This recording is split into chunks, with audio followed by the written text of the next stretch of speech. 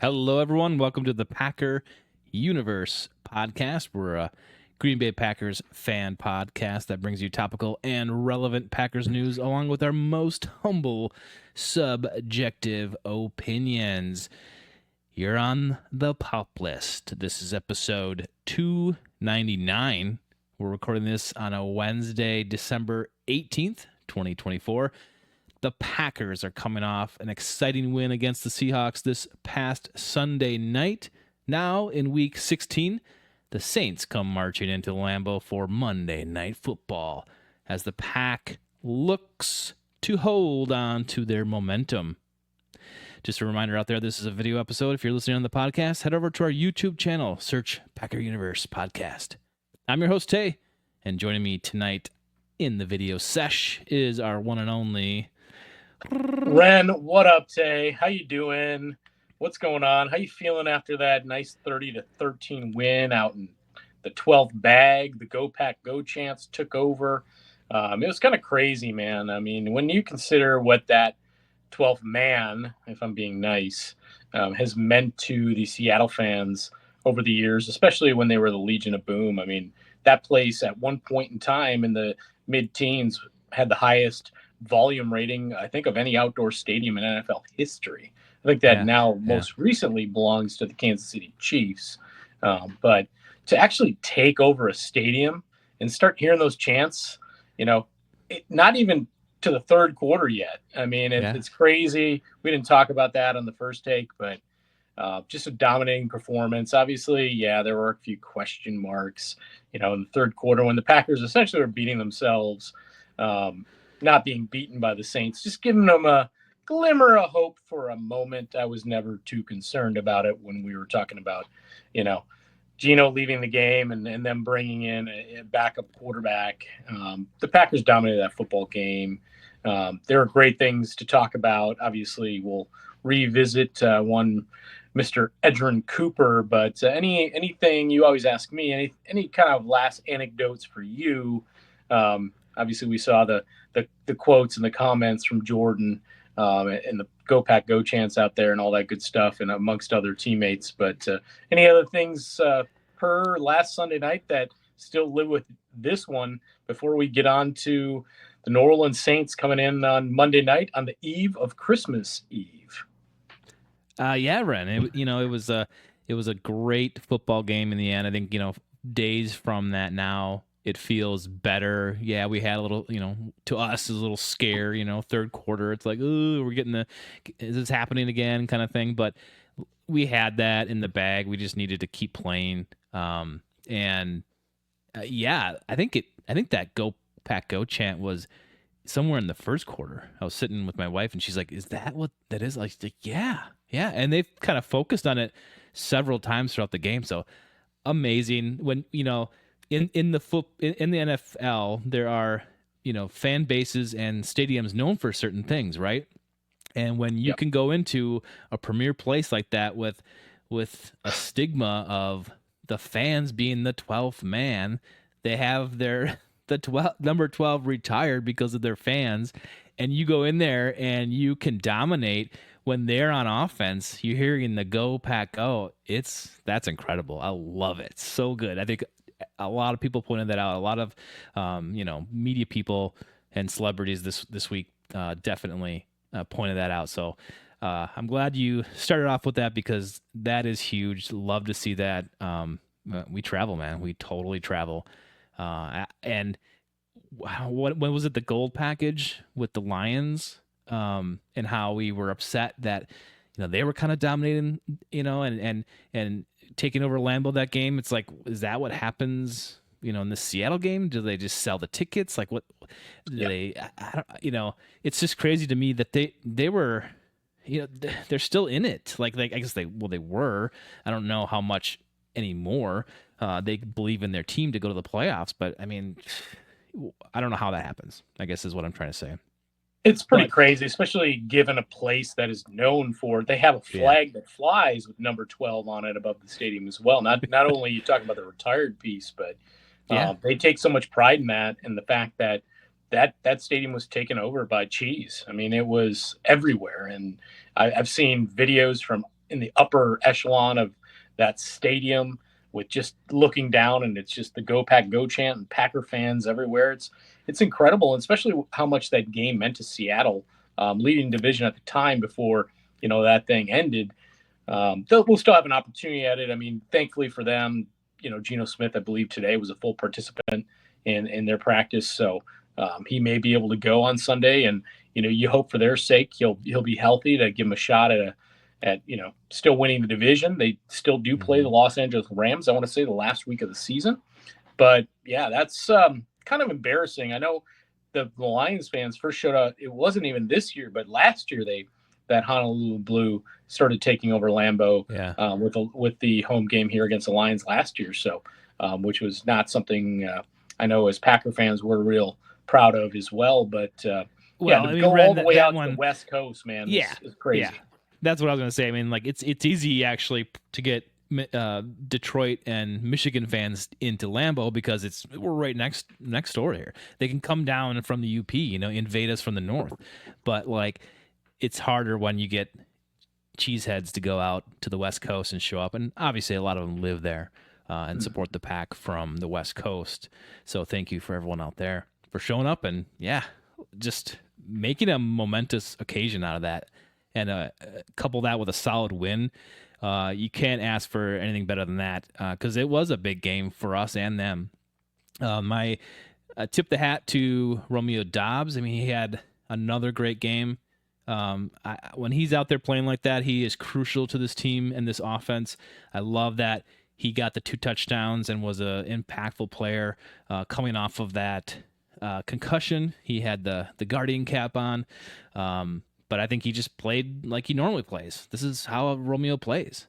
But I also love that Watson really showed up too, had that incredible catch on the sideline and was able to showcase to the rest of the NFL that, our two of our top 3 wide receivers really showed up and balled out and can be relied on. I love that. I love that Watson can be that guy. To do that.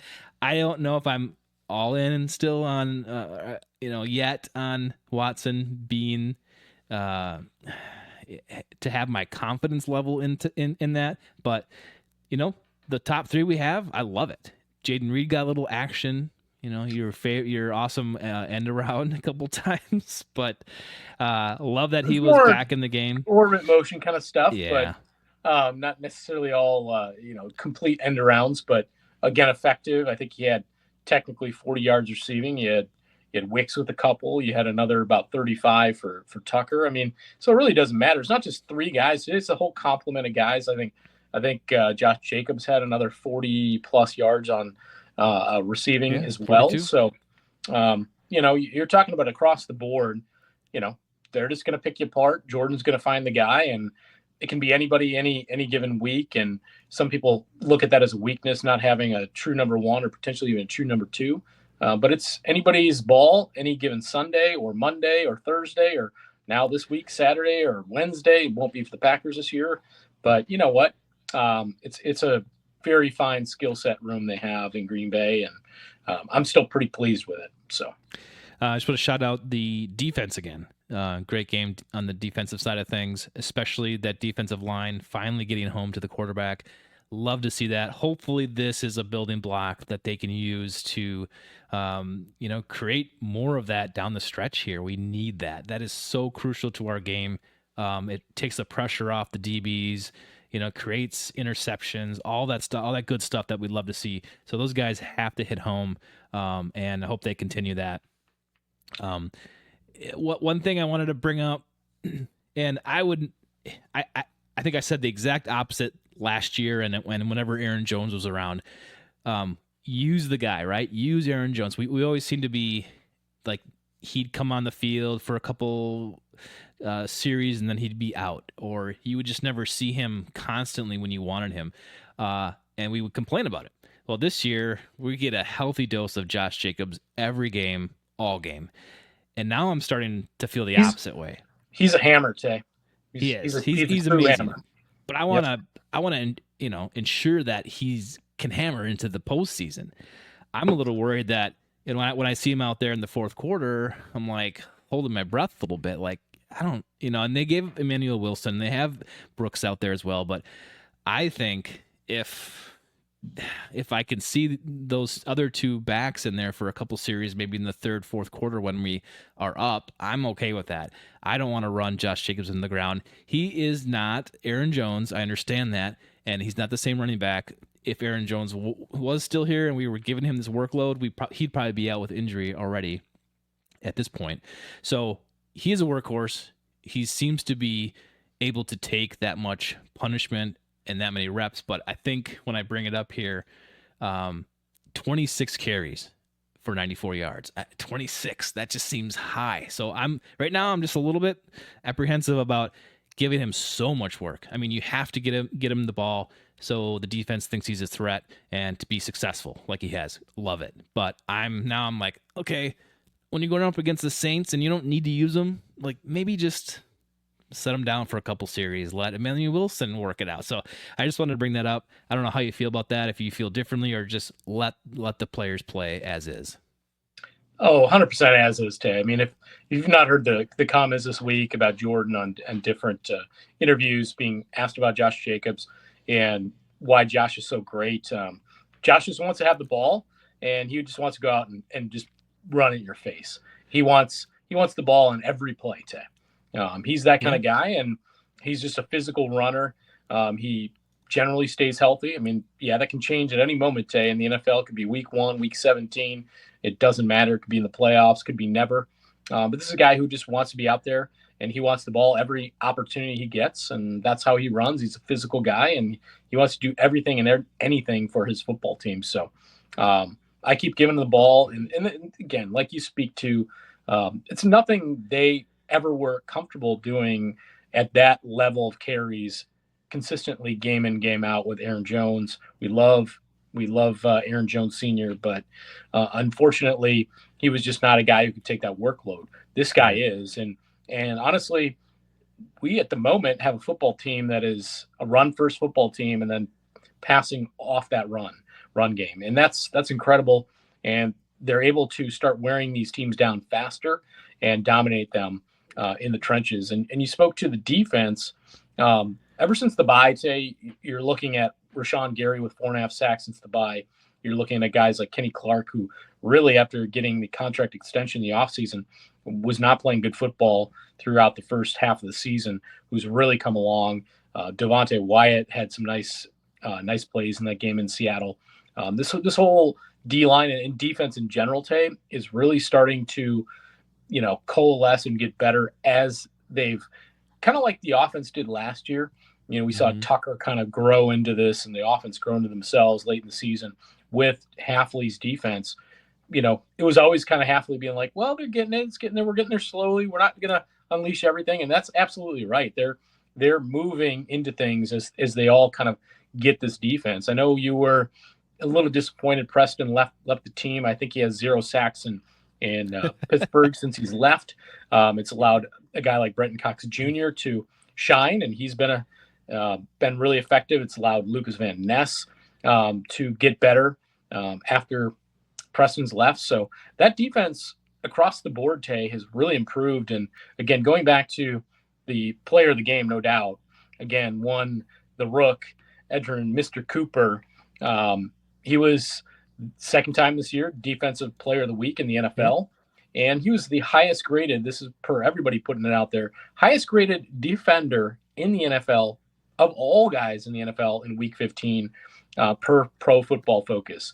Not the highest graded rookie, but the highest graded defender. Yeah. So if Edgerrin Cooper can stay healthy, the Packers may have themselves a very, very special talent. 2 tackles for loss, a sack, an interception, I think 7 tackles in the game. I mean, he was anywhere and everywhere. Obviously, missed on one potential earlier interception opportunity. So it's just incredible, and we hope he can stay healthy for the stretch run, because this defense, again, like we talked about on the first take, with him in the middle is a completely not different, but they go to a different level with that kind of linebacker play. and just allows everybody to get more. And that's a fantastic thing. Yep. And I think whenever we see these breakout games by him, we all like say, yes, this is what we want. And I even said it on the first takeaway. I'm like, get this guy in there. Let's go. Everyone's like, let's do this. What are you waiting for? If he's healthy, get him in there. But honestly, let's see him play several games in a row, and perform well enough to say, yeah, that is true. And prove us wrong, I guess. But I think Quay can be usurped. I think it's definitely a possibility. And do you leave Quay in there and take out McDuffie or whatever you want to do? Let's just try some different things. But yeah, congrats to Cooper. I mean, he won the NFC Defensive Player of the Week. Amazing for the second time this year. That's awesome. So congratulations to him. Yeah, amazing. Just for the record, when Preston Smith was gone, I was disappointed, but I was disappointed. Just calling you out. It's fun. I was just saying I'm disappointed because we weren't seeing anything from the defensive line until the last couple of weeks or something. Like we weren't seeing it for a while, and you're like, well, you could make a case for, you needed him to help, and obviously after the Seahawks game, it doesn't look like we need it, but we'll see going on the stretch here. If they can pull this off again. I think this week's matchup is probably a little better and favorable for the Packers, defensive line again. So let's see this doubled up, 2 weeks in a row. Let's go. But the defense as a whole, can get some congratulations from us. Love to see it. It's fun football when we get to take away the ball, get some sacks, put some pressure on the QB. That's when it's fun. And obviously we were scoring more points than them, so more fun. But that's really all I have about the game, Ren. Today's Wednesday, but they play on a Monday, so we didn't get an injury report. So today's Tuesday, Tay? Tuesday. Today's really a Tuesday because it's tomorrow will be Wednesday, but it'll be Thursday. Play on a Monday, so no injury update. That's the bottom line. We don't know what's going on. I did hear some things. Javon Bullard is going to have an opportunity to practice and play. Obviously, Quay, probably not this week. We'll see what happens with Jair. I don't know. Again, playing a lesser opponent, giving him another week with that PCL knee injury might make sense. But outside that, this is a pretty healthy football team, Tay. And that's what you want to be when you're heading for a stretch run. When we talk about other teams in the NFL, unfortunately, the Lions this week, Aleem McNeil, when we talked to our Detroit boys, he was banged up. Was he going to play? Was he not going to play? But now he's actually out for the season. They lose Montgomery for the season. They lose Carlton Davis to a broken jaw, so he's going to be out for some time. I know they got some hope that Aiden Hutchinson, if they get to the Super Bowl, can be back and ready from that brutal broken leg earlier in the season. But the injuries are mounting up for the Lions. It seems like everything's getting in their way. But, Dan Campbell says, hey, this week, we've been eating, that prime rib or top sirloin or whatever he said and filet.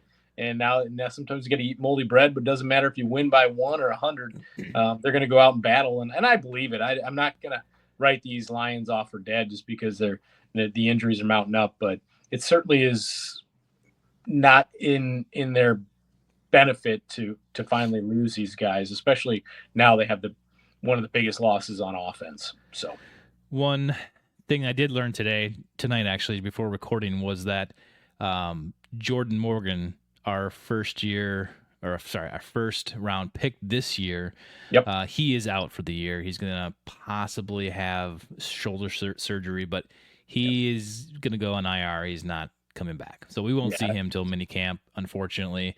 It sucks when you see a player taken high, unable to come in and play a full season and to, meld with the team and, show us what they have. But it's just unfortunate. But maybe this will help him. Maybe he'll get the treatment he needs to get that shoulder, in order. I think he injured it early in minicamp this year.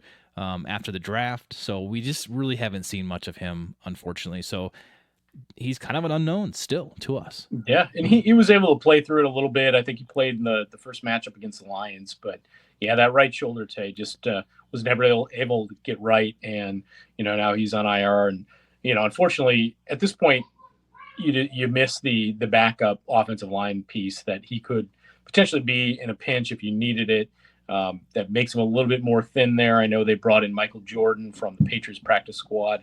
Ooh. Not that Michael Jordan, a different Michael Jordan.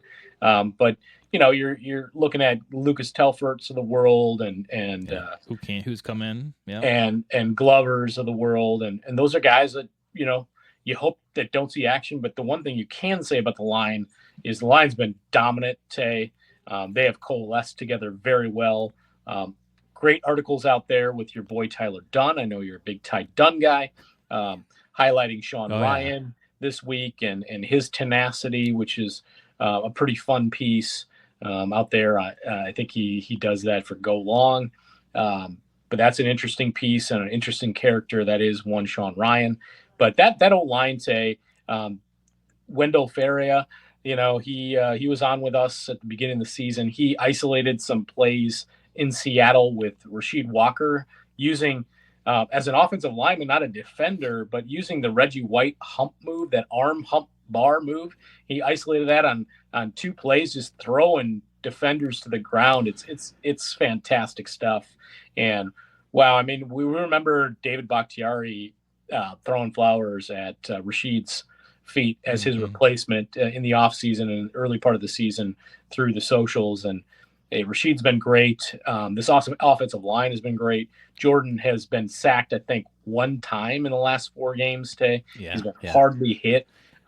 So, yeah, certainly a lot of kudos to this Green Bay Packers offensive line that's allowing them to run the football the way they are, and certainly the pass protection that's been so great for Jordan too. Right on.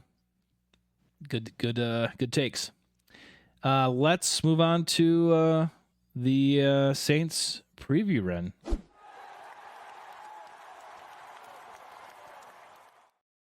All right. So we got the Saints coming into town. Marching in to town, to Titletown. They are 5-9. Who day? 5-9. I think Who day is the Bengals. I'm sorry. Yes, correct everyone, please. The 5-9 New Orleans Saints.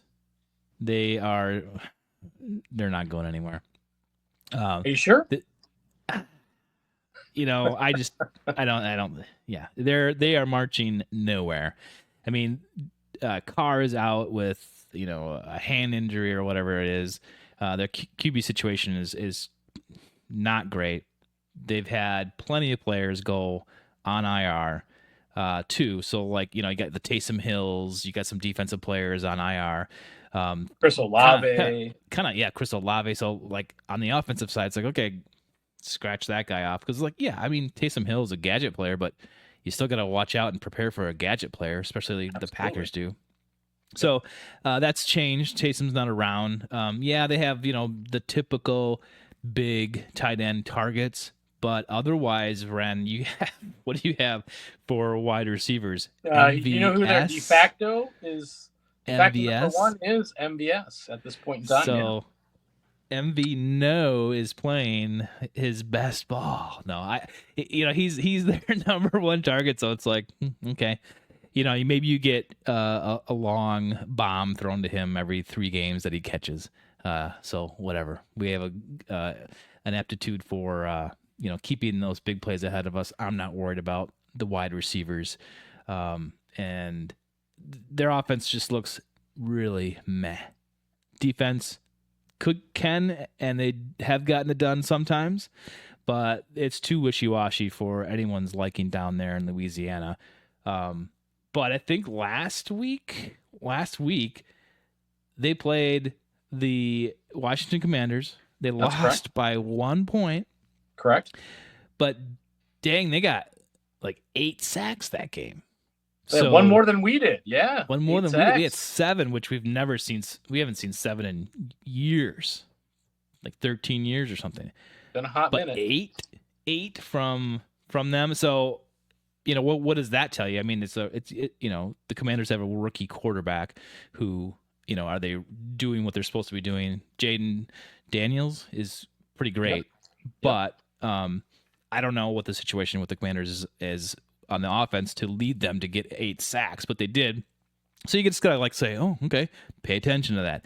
They do have some rushers, so you gotta watch out for that. But otherwise, I don't know. Like, I just don't. I don't feel like this is a team that is going to beat the Packers.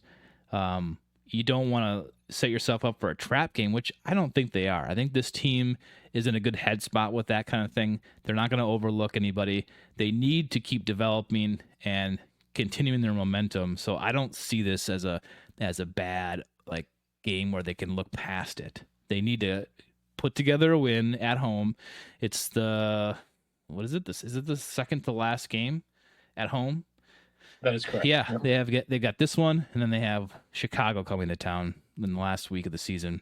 Yep. So yeah, I mean this still is big. You still have to put away a team, and you proved it last week where you could put away a team that's not as good as you, that's still in the playoff hunt, and you're capable of doing that.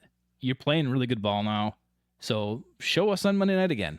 Do it. So that's kind of what I got on the Saints. Ren. One more thing. Let you fly. Okay. Remember from the draft, Kool-Aid McKinstry? Remember his big name? He got drafted by the Saints. So he's one of their starting cornerbacks. Yep. So you can watch for number 14 if you want to pay attention to what happened to Kool-Aid this year. He'll be on, I don't know who, whoever they want to, I guess, whoever they think is number 1. But I feel like they are he's their number 1 guy. No, that'd be a guy with, Taylor. There you go. Taylor is their main guy. Tay. Speaking of Tays out there, it'd be Taylor. Basically the backfield is Taylor. You want to look at the guys that are the best players in their defensive backfield. That be him and Tyrann Mathieu. Those are the guys to key on. Those are the guys that stir the drink. Kool-Aid, kind of ho-hum rookie season thus far. I mean, certainly not a standout at this point. No.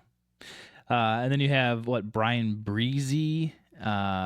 He's on the defensive line. He's put up some good numbers. Then you got Chase Young there, and Cameron Jordan too. Those two guys, the good old Saint stalwart. I mean, he's been a Saint. It seems like for 20 years. Cam Jordan on the line. You've got Chase Young, who's bounced around from team to team the last few years. Carl Granderson is another good guy on that line. Those Young, Granderson, and still the old stalwart Cam Jordan are the guys that are certainly stirring the drink, and were part of the reason they had 8 sacks last week. Those are their standouts, and they have an All-Pro linebacker in Demario Davis. That's probably their best defender overall in that defense. He's been first or second team All-Pro, I think, for 5 consecutive straight seasons. But outside of that, I mean, it's not a team that puts a lot of fear into you. You're talking about the 29th ranked rush D, and I want to say you're talking second near the bottom. Guess where this game is going to be won and lost and started from on the Green Bay Packers side? Running the football. And they don't defend it well, so the Packers are probably going to eat on the ground. It's going to be cold. Wind chills are going to be, somewhere in the teens, it looks like at this point. The Saints, coming from a dome in southern Louisiana, are not going to like, what it feels like at Lambeau Monday night, a couple of days before Christmas. It's going to not be the present they were hoping for, put it that way, when it comes to playing out in these elements. So I think that is a big piece on their end as well. Trying to think about other things with the Saints. The Saints run game too, Tay, is in kind of some disarray. Alvin Kamara is near the end, if not pretty close. Unfortunately, likely not to play Monday, Tay. He's suffering from a calf/groin injury. He had 5 carries for 12 yards on Sunday against Washington. So not the productive guy. I think he had, like, I want to say 40 pass receiving yards. So he had one big play that I think resulted in a touchdown for them. But I want to say Keandre Miller is their main guy. And then our old friend Jamal Williams will probably be getting some time there as well. Speaking of former Green Bay Packers, he'll likely be the backup to Miller Monday night. You've got some other Packers there manning the offensive line, and Lucas Patrick, so some more familiar faces. But this is the cornerback Jean Charles Shamar. Jean Charles. Yep. So I think he's still 27. He's still 27 down there. But there's some familiar faces. This is a team that fired their coach earlier in the season, had their special teams coordinator Darren Rizzi now running the football team. But they started out the season pretty hot, Tay, putting up more than 40 a game. We were like, oh, the Saints back? If you remember that, all the way back in September. We're like, whoa. I think it was like week 2 they put a hurt on the Cowboys. And you're like, at that time, we didn't know the Cowboys are mid, but as the kids say. But no, the Saints have fallen back to earth. They had and did suffer a lot of injuries throughout their offensive line, throughout their skill position guys, obviously at the quarterback position.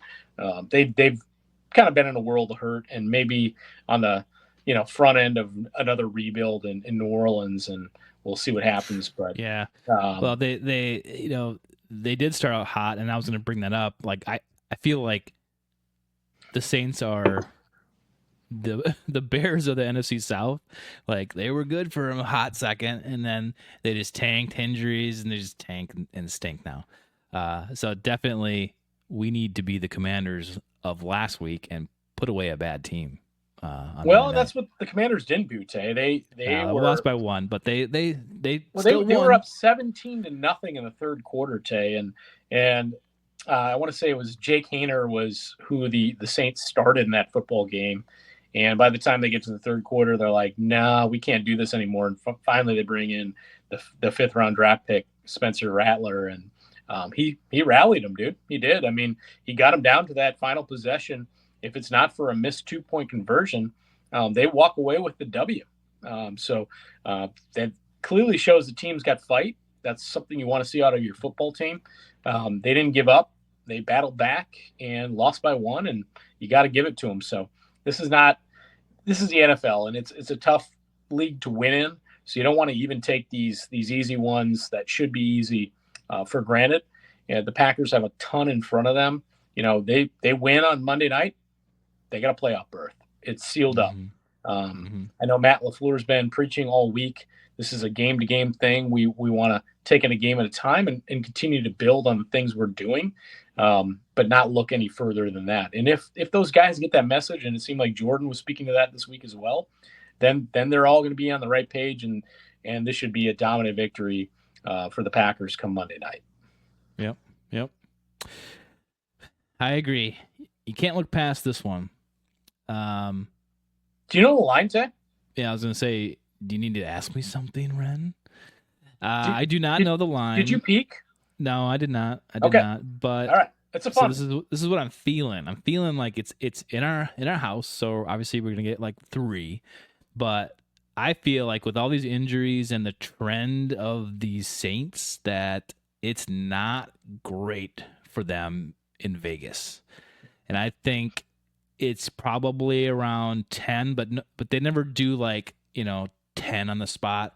So either I'm thinking 9.5 or 10.5. So I'm gonna say 10.5, but I want to say 11, 10.5. You should have went higher, Tay. It's 13.5.